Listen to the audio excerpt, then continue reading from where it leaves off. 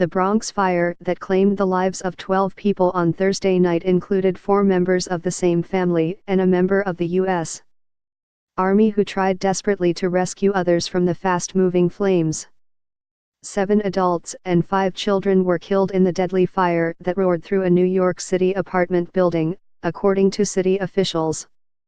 The ages of the victims range from 1 to 63, and at least one person on every floor was killed, officials said.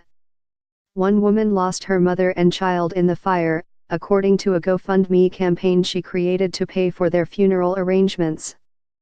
Christine Batiz was at work when she received a phone call she never imagined to receive from her mother, who was taking care of her 8-month-old daughter, she wrote. She told me there was a fire in the building and she was trapped, Batiz said.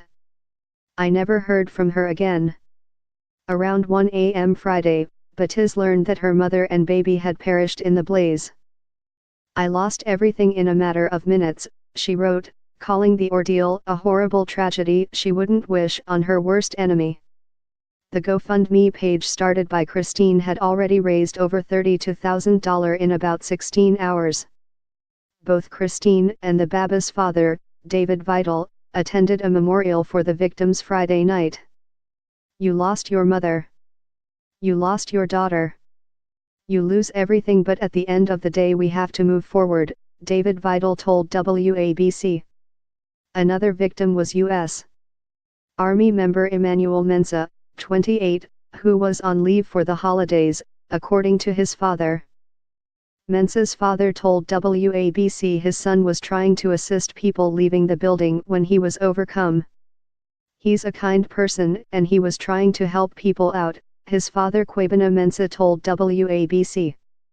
And I think that's what he was trying to do, and unfortunately he lost his life trying to do that. 4 of the victims come from the same family, including 19-year-old Shantae Young, 37-year-old Karen Stewart Francis, and Francis' 2 children, Kalesha, 7, and Kylie, 2. Howard Williams, who lives in basement of the Bronx building, told WABC that his 19-year-old daughter died after she attempted to go upstairs to check on her aunt and 2 young cousins. His last words to his daughter were instructions for her to go upstairs, Howard Williams told WABC. He, his wife, Elaine Williams, and the deceased children's grandmother, Ann Stewart, were able to escape the fire alive. A 5th victim in the same family, the husband of one of the dead, is still fighting for his life in the hospital, WABC reported. A 3-year-old boy sparked the fire Thursday while playing with a stove in a first-floor apartment, city officials said.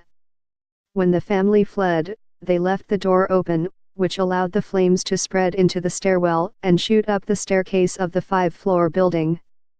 5 people were pronounced dead at the scene, including a 1-year-old female, a 63-year-old female and 3 unidentified males, according to emergency officials.